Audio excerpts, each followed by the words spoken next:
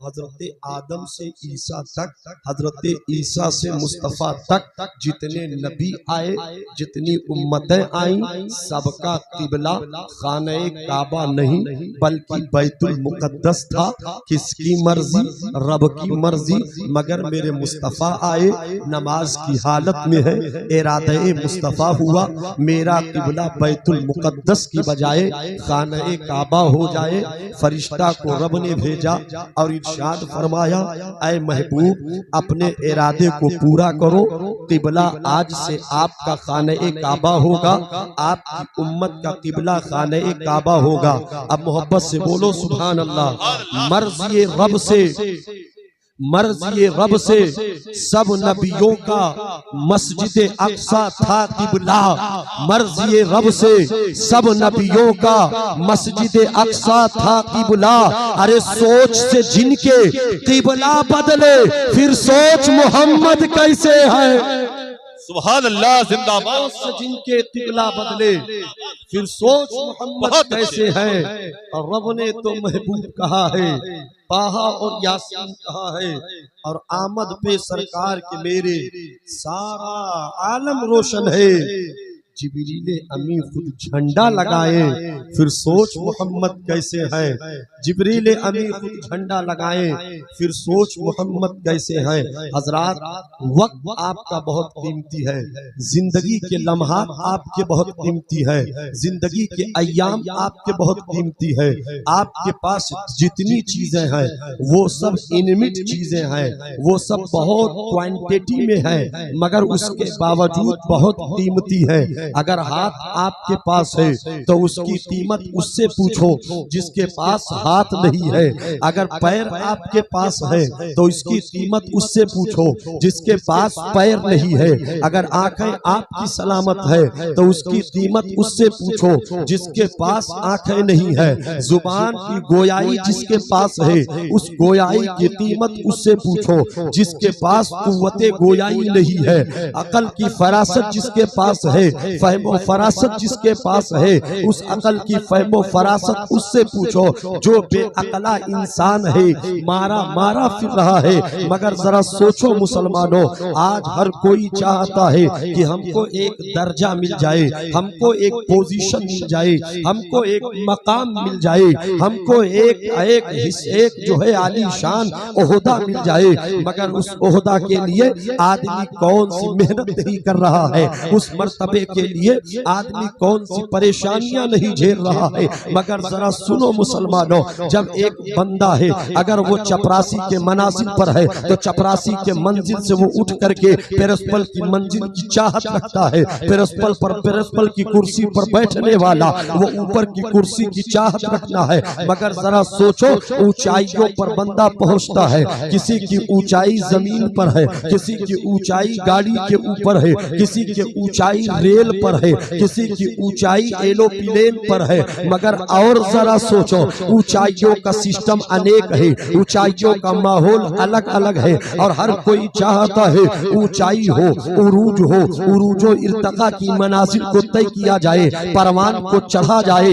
मगर जरा सोचो, इसी माशरे के अंदर जब लोग कहते हैं साहब फला शख्स उरूज पा गया है, ये बहुत अच्छी बात है, मुझे भी उरूज चढ़ना है। मगर कुछ लोग ये भी कहते हैं कि हर उरूज को जवाल है। खबरदार, ये जुमले मत बोला करो, हर उरूज को जवाल नहीं है, क्योंकि कुछ उरूज ऐसे है कि जिसे जवाल है ही नहीं, बल्कि वो उरूज ही लाजवाल होता है। अब आप कहोगे मौलाना आसिफ रजा ये कौन सा फलसफा बता रहे हो, ओ जियाई साहब ये कौन सी तहकीक बता रहे हो। तो उलमाए किराम मौजूद है, बड़ी जिम्मेदारी से मैं अर्ज गुजार होना चाहूंगा कि कभी ये मत कहा करो कि हर उरूज के बाद जवाल है, क्योंकि उरूज पर परवरदिगारे आलम है और उसके लिए जवाल नहीं है। उरूज पर मेरे और आपके प्यारे आका है, उनके लिए जवाल नहीं है, इसलिए ये जुमले ना बोला करो।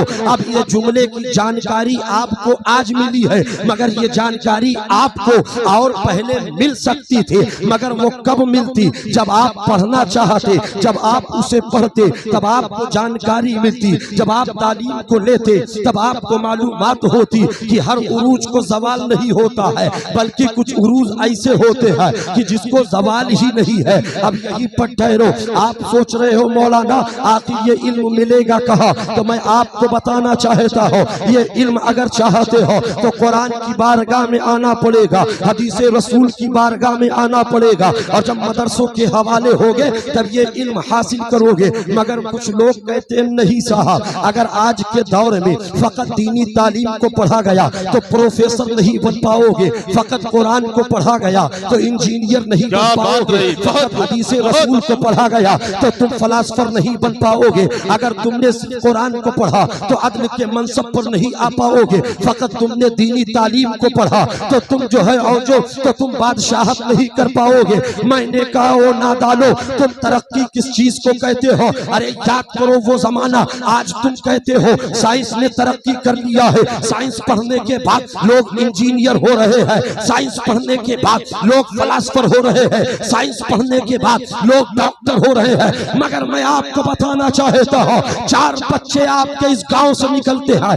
एक डॉक्टर बनता है, एक इंजीनियर बनता है, एक फलासफर बनता है, एक वकील बनता है, एक कोतवाल बनता है, और एक बच्चे को आप ले जाकर के अल्लामा मोहम्मद कासिम रजा की बारगाह में आप पेश करते हो कि हुजूरे वाला हमारे आबादी से 4 बच्चे निकले हैं, एक वकील बनेगा, एक इंजीनियर बनेगा, एक डॉक्टर बनेगा, एक को आप आलिम दीन बना दो, एक को आप आलिम कुरान बना दो, एक को आप आलिम हदीस बना दो। हजरत ने कहा अरे वो डॉक्टरी बने पढ़ेगा तो वो डॉक्टर बनेगा, इलाज बीमारियों का करेगा। मगर सूफी अकीदा रखने वालों, हजरत बाबा मलंग शाह से मोहब्बत करने वाला आशिक कहेगा कि कोतवाल जरूर बन जाएगा, इंजीनियर जरूर बन जाएगा, वकील जरूर बन जाएगा। मगर सुनो, जिस दिन पढ़ाई पढ़ने के बाद डॉक्टर आबादी में आ गया, इंजीनियर आबादी में आ गया, वकील आबादी में आ गया, और दारुल उलूम ज़ियाउल इस्लाम से पढ़ने वाला आलिम दीन जब इस आबादी में आ गया और जुमा की अजान हो गई है, मस्जिद का मुसल्ला बिछा है, कोतवाल आगे नहीं होगा, इंजीनियर आगे नहीं होगा, वकील आगे नहीं होगा, बल्कि आगे होगा तो जो कुरान पढ़ेगा, जो हदीस रसूल। नारे तकबीर, नारे रिसालत, मसलके आला हजरत, अजमते कुरान, एजाज़े कुरान, हजरत अल्लामा आसिफ रजा साहब किबला ज़ियाई उर्स से मुकद्दस। इसलिए हजरत बाबा मलंग शाह के उर्स में आने वालों, आप जरा सोचो, हजरत बाबा मलंग शाह ने कौन सा फिजिक्स पढ़ा था, कौन सा मैथ पढ़ा था, कौन सी साइंस पढ़े थी। तो आपको कहना पड़ेगा, हमें इसका प्रूफ तो नहीं मिल रहा है कि हजरत बाबा मलंग शाह ने कोई साइंस की डिग्री ली हो, कोई इंजीनियरिंग की डिग्री ली हो, कोई और डिग्री ली हो। मगर ये अल्लाह के वली थे। अब उलमा से पूछो कि जो अल्लाह के वली होते हैं उनके पास कौन सा इल्म होता है? क्या वो इंजीनियर ही होते हैं? क्या वो फलासफर होते हैं? क्या वो वकील होते हैं? तो उलमा कहेंगे, जब अल्लाह ताजे विलायत अता करता है तो पहले आलिम दीन बना देता है, पहले आलिम दीन। वली के लिए इल्म दीन का होना शर्त है। बहुत हर रंगीनी को बाबा में तब्दील न करो। कहीं पकौड़ी वाले बाबा, कहीं खिलौना वाले बाबा, कहीं सुरमा वाले बाबा, कहीं ईटा वाले बाबा, कहीं समोसा वाले बाबा। नहीं, वली के लिए इल्म दीन का होना शर्त। कहने वाले ने कहा, मौलाना आसिफ अगर इनमें दीन बच्चा पढ़ लेगा तो फिर वो कैसे इंजीनियर बनेगा, कैसे वो तरक्की करेगा। मैंने कहा, नादान, चला जा 1400 साल पहले की तारीख उठा ले। नबी करीम का जमाना है, कोई यूनिवर्सिटी नहीं है, ऑक्सफोर्ड यूनिवर्सिटी नहीं है, कोई जामिया अजहर नहीं है, कोई अलीगढ़ यूनिवर्सिटी नहीं है, कोई स्कूल नहीं, मगर एक मदरसा है जिसे तारीख के बाब में असहाबे सुफ़ा का नाम दिया गया है। मोहब्बत से बोलो और मोहब्बत से बोलो। देखिए भाई, तकरीर होती नहीं है, कराई जाती है, और मैं रस्मी खिताब का आदी नहीं हूँ, और ये ना सोच कर आता हूँ क्या बोलना है, मगर ये जरूर सोचता हूँ कि जो भी बोलना है उन बोलने में एक पैगाम जरूर देना है, ताकि मेरे कौम के उजियाले अमल करे तो मुस्तकबिल में चमक उनकी हो जाए, मुस्तकबिल में दमक उनकी हो जाए, और मुस्तकबिल में धमक उनकी हो जाए। क्या बात रही। एक स्कूल, एक मदरसा, आज की तरह मैथ अलग, साइंस अलग, फिजिक्स अलग, ज्योग्राफी अलग, भूगोल अलग, ये अलग, वो अलग, रसायन अलग। इंजीनियर बनने के लिए अलग अलग किताबें, वकील बनने के लिए अलग अलग किताबें, डॉक्टर बनने के लिए अलग अलग किताबें, अलग अलग किताबें। मगर मैं कहूंगा इस्लामी हिस्ट्री में अगर तुम्हें देखना है वकील, तो वो भी एक ही किताब पढ़ रहा है जो इंसाफ कर रहा है, अदल का माहौल पेश कर रहा है। आपको देखना है तो उसी असाबे सुफ़ा में पढ़ने वाली एक जात है जिसने अनेक किताबों को नहीं पढ़ा मगर एक किताब को पढ़ा, और वो किताब कोई आम किताब नहीं है जिसे आप कहते हो मदरसे में भेजेंगे कुरान पढ़ेगा, कुरान पढ़ करके क्या बनेगा। अरे मियाँ, हजरत अबू बकर सिद्दीक ने उसी कुरान को पढ़ा, हजरत उमर ने उसी कुरान को पढ़ा, और जब उमर ने एक कुरान को पढ़ा तो 22 लाख मुरब्बा मील के हाके सुभान अल्लाह। दुनिया की मुख्तलिफ किताबें पढ़ने के बाद खास हिस्से पर हुकूमत, मगर किस पर, किसके सहारे, कभी लाठी के, कभी प्रशासन के, कभी जो है वकला से, वकला की शक्ल में। मगर जिसने पढ़ा कुरान उसकी हुकूमत ऐसी हुकूमत कि कभी हवा पर हुकूमत, कभी जमीन पर हुकूमत, कभी पानी पर हुकूमत, और कभी दिलों पर हुकूमत। अब आप कहोगे मौलाना ये कैसे, तो सुनो हजरत उमर की तारीख। हजरत उमर ने फकत एक किताब कुरान पढ़ी थी, और कुरान पढ़ने के बाद पानी पर हुकूमत। आपकी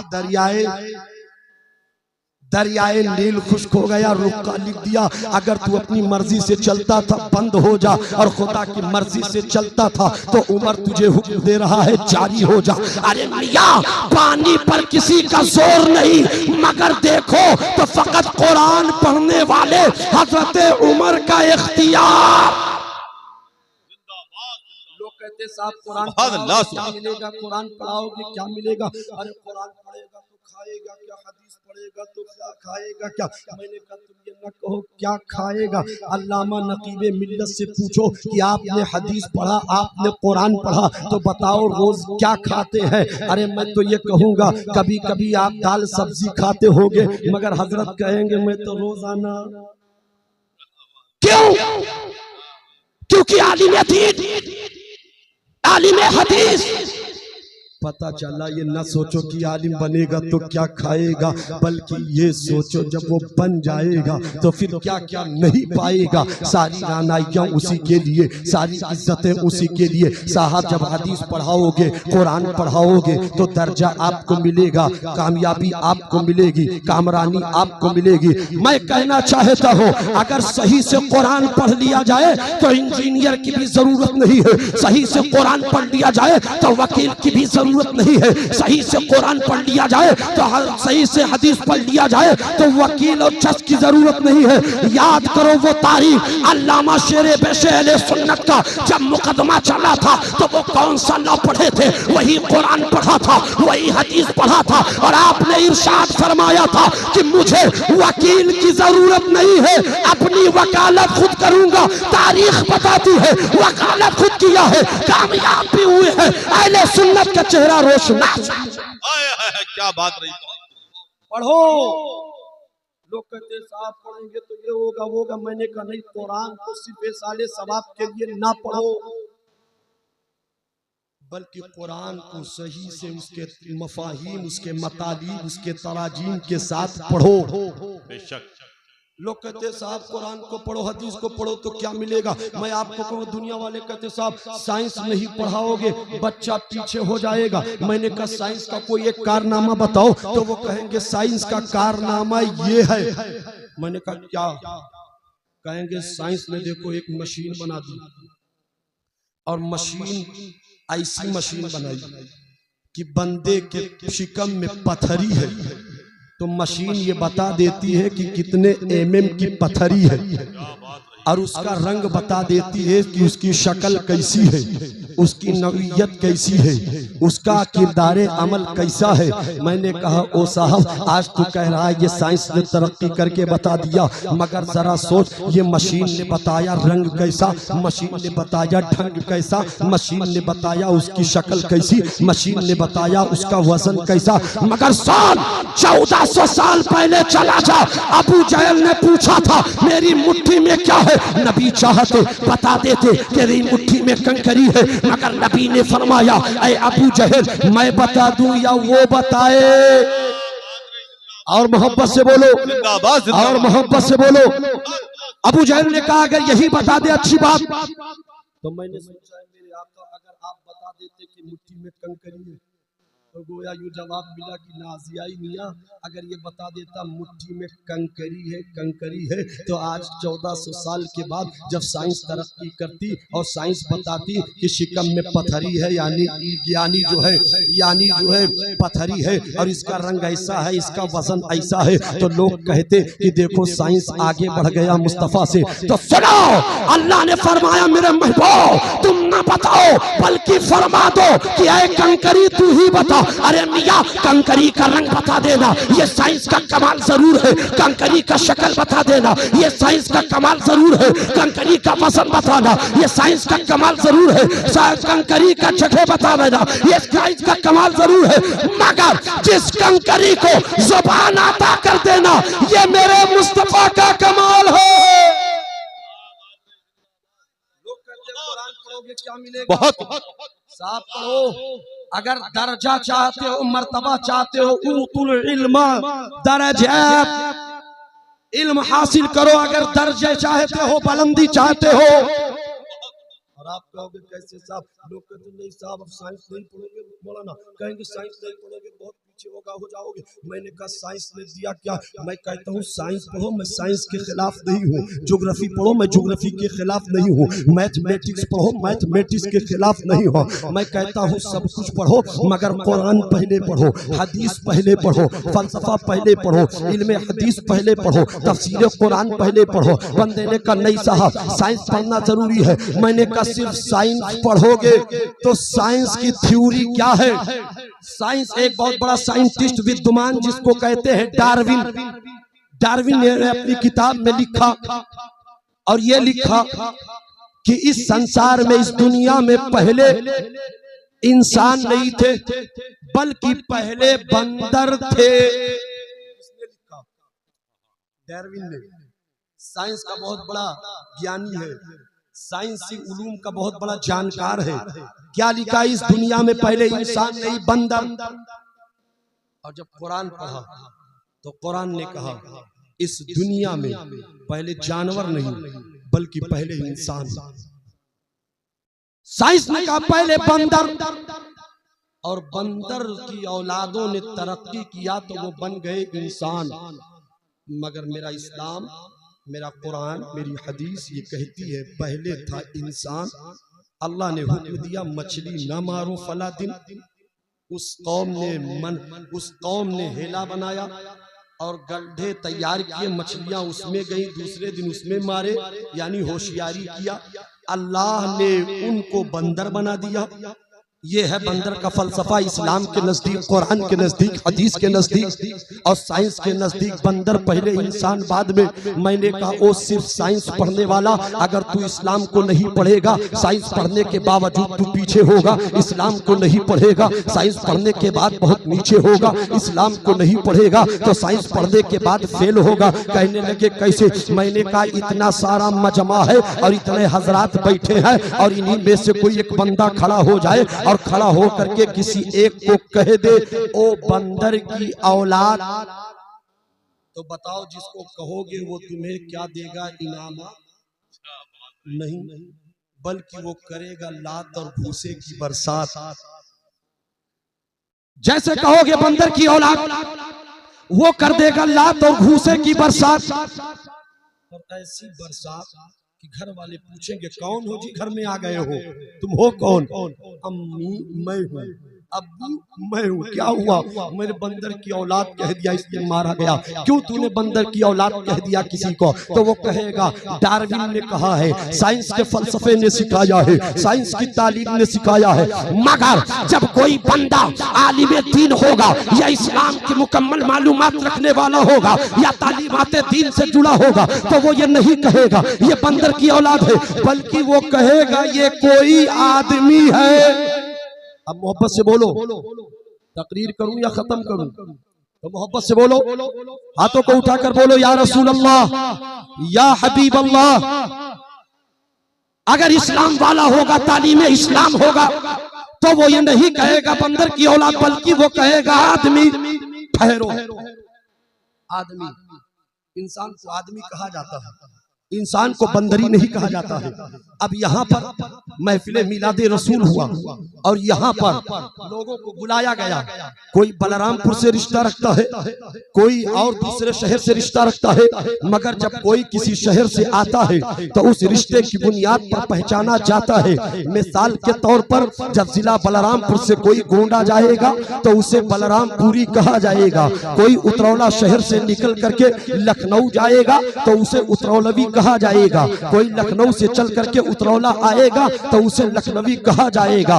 और बरेली से चल करके अल्लामा खतीबे मिल्लत फुरकान मंजरी बरेलवी आएंगे तो उनको बरेलवी कहा जाएगा। यानी बस्ती से रिश्ता हो तो उसे बस्तवी कहा जाए, लखनऊ से रिश्ता हो तो उसे लखनवी कहा जाए, नानपारा से रिश्ता हो तो नानपारवी कहा जाए, उतरौला से रिश्ता हो तो उसे उतरौलवी कहा जाए, बाराबंकी से रिश्ता हो तो बाराबंकवी कहा जाए, कानपुरी से रिश्ता हो तो कानपुरी कहा जाए, बंबई से रिश्ता हो तो मुंबई वाला कहा जाए, और दिल्ली का रिश्ता हो तो दहलवी कहा जाए। अब मुझे कह लेने दो, अगर रिश्ता शहर की बुनियाद पर हो तो शहर से जोड़ दिया जाएगा, उतरौला का हो तो उतरौलवी कहा जाएगा। तो ये इंसान आदम की औलाद है, इसीलिए आदमी आदमी। क्या बात रही, जिंदाबाद जिंदाबाद, बहुत खूब, बहुत आदमी कहा गया क्योंकि आदम की औलाद है। ओ साइंस पढ़ने वालों पढ़ो, मगर कुरान पहले पढ़ो, हदीस पहले पढ़ो। कामयाबी चाहते हो कुरान पढ़ो, कामरानी चाहते हो हदीस पढ़ो। आज लोग बहुत मुतासिर हो जाते हैं। देखो 6 लाइन गुजरने वाली है, 8 लाइन गुजरने वाली है। मैंने कहा बेशक गुजरने वाली है, मगर ये किसकी तरक्की है? हर कोई कहेगा ये तरक्की साइंस वालों ने किया है, ये तरक्की इंजीनियरिंग पढ़ाई करने वालों ने किया है। मैंने कहा नहीं, दूसरे खलीफा हजरत उमर बिन खत्ताब ने सबसे पहले रोड का प्लान बना करके कौम को पेश किया था कि रोड इतनी चौड़ी हो। साहब तारीख इस्लाम पढ़ो, सारी चीजें अपनी है, बस उसे कन्वर्ट किया गया अंग्रेजी में, चला गया अंग्रेजों के पास, कन्वर्ट कर दिया हिंदी में, चला गया इनके पास। साहब अरबी को पढ़ो, कुरान को पढ़ो। हजरत उमर बिन खत्ताब ने जब कूफा बसा तो कूफा वालों के लिए उमर बिन खत्ताब ने अपने दौर में इंतजाम किया और ये ऐलान किया कि राहें हमवार की जाए, रोड का इंतजाम किया जाए और रोड इतनी चौड़ी बनाई जाए कि 20 ऊंट मां साजो सामान एक साथ गुजरे तो रोड तंग ना हो। कितने ऊंट? 20 मां साजो सामान के। अब आप सोचिए गुजरे तो रोड तंग ना हो। और फिर फरमाया जब गलियों का इंतखाब हो तो इतने चौड़े कि 10 ऊंट मां साजो सामान के गुजरे तो रोड तंग न हो।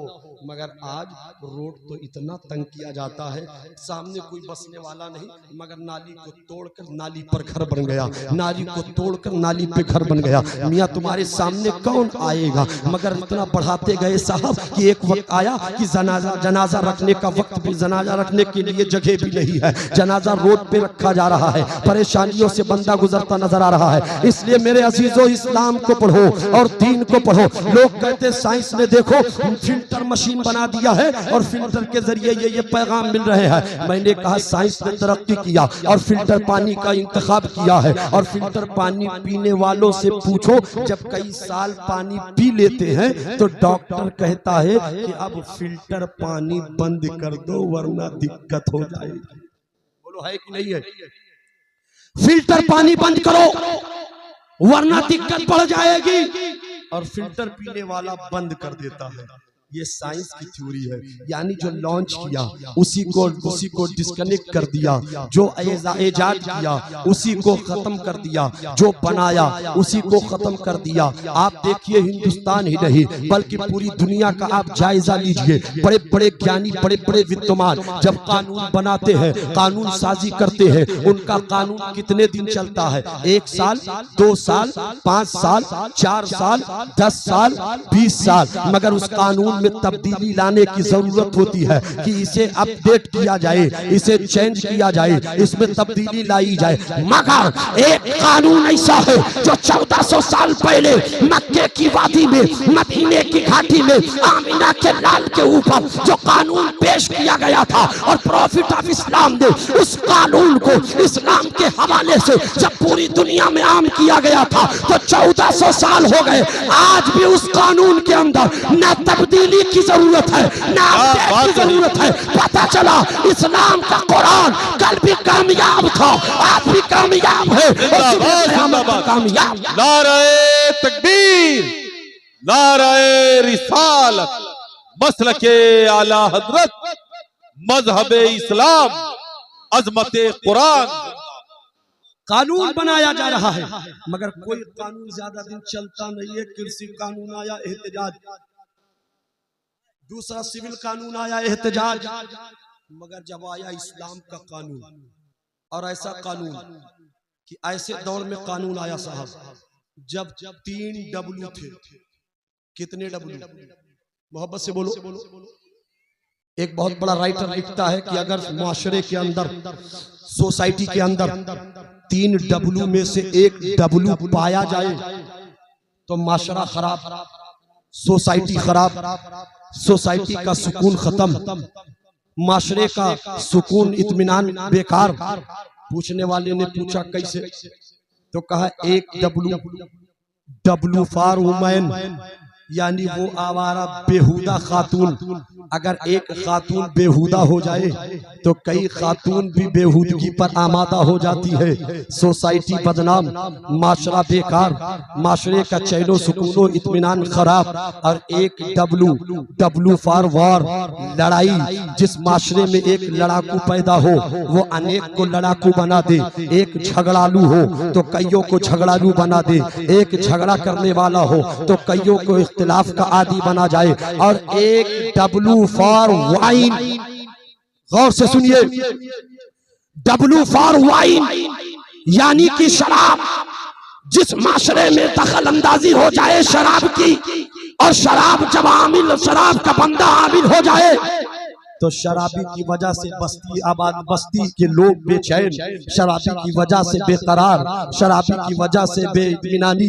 पता चला 3 डब्ल्यू जिस माशरे में हो उस माशरे का सुकून मिट जाता है। 3 डब्ल्यू जिस माशरे में हो उस माशरे की सोसाइटी का सुकून छिन जाता है। मैंने कहा अरब की वादी में तीनों डब्ल्यू पाए जा रहे थे। बदचलनी का दौर था, शराब का माहौल था, लड़ाइयों का बाजार था। मगर ऐसे मौके पर प्रॉफिट ऑफ इस्लाम तशरीफ लाते हैं और कुरान जैसी एक अजीम नुस्खा देते हैं और उसका कानून नाफिज करते हैं। अरब की वादियों में सुकून ही सुकून है, करार ही करार है। और ऐसा करार कि जो खाने काबा देखे उसके दिल को भी करार आ जाए, उसके दिमाग को भी करार आ जाए। जो मदीना देखे उसे भी सुकून हो जाए, उसे भी करार। बात रही, जिंदाबाद जिंदाबाद। बहुत कानून बनाने वाले बनाते हैं। बनाया फिल्टर मशीन, पानी को फिल्टर करो। जब पानी को फिल्टर करने लगे साहब, आज ये बनाया पानी फिल्टर क्यों लिए, किस लिए? ताकि मशीन से जांचा जाए पानी की नौइयत कैसी है, पानी की कैफिसिटी कैसी है, पानी के असरात कैसे हैं, पानी के बू कैसे है। मैंने जब मुताला किया कुरान का, अल्लाह ने कुरान में इरशाद फरमाया, इज़ा कुंतुम इलस्सलाह फग़सिलू वजूहकुम व अयदियकुम इलल मराफ़िक़ वमसहू बिरुऊसिकुम व अर्जुलकुम इलल काबैन। अल्लाह ने इरशाद फरमाया, जब तुम नमाज की जानी पढ़ो तो धो अपने चेहरे को और धो अपने दोनों हाथों को कोनियों समेत, मसा करो सर के बालों का, धो अपने काबैन तक दोनों पैर। चार चीजें, चेहरा धुलो, दोनों हाथों को धुलो, सर के बालों का मसा करो, दोनों पैरों को धुलो। कब? जब नमाज के लिए बढ़ो तब।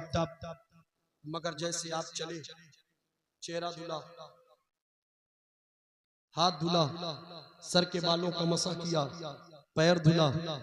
अल्लामा अब्दुल हक साहब किबला मौजूद थे, इन्होंने कहा, बेटा इधर आ, चेहरा धुलना है ठीक है, बालों पे मसा करनी है ठीक है, हाथों को धुलना है ठीक है, पैरों को धुलना है ठीक है, मगर जरा ठहर, इन चारों को करने से पहले तीन चीजें और कर। बंदे ने कहा, हुजूर वाला ये तीन चीज क्यों? कुरान में तो चार का जिक्र है और यही चार वजू में फर्ज है। कितने वजू में फर्ज हैं? ऊंचा बोलो। अरे अब रमजान आने वाला है, अब तो याद कर लो कि वजू में कितने फर्ज है। मोहब्बत से बोलो, कितनी चीजें फर्ज हैं? चार। चेहरा धुलना, चेहरा धुलना, दोनों हाथों का धुलना, सर के बालों का मसा करना, दोनों पैरों का धुलना, ये चार फर्ज है। मगर अल्लामा अब्दुल हक साहब किबला ने फरमाया, नहीं, चारों को करने से पहले तीन चीजें और करो। आपने कहा भाई अल्लाह सबसे बड़ा, अल्लाह ने फरमाया नमाज से पहले ये चार करो, तीन और क्यों करवा रहे हो? तो हजरत कहेंगे, अल्लाह ने फरमाया चार, अब मुस्तफा ने किया सात। मोहब्बत से बोलो और मोहब्बत से बोलो। सात, वो तीन क्या? पहले किया मुस्तफा ने कुल्ली, फिर किया नाकों की सफाई पानी डाल के, मगर इन दो से पहले मुस्तफा ने किया दोनों हाथों को गट्टों समेत।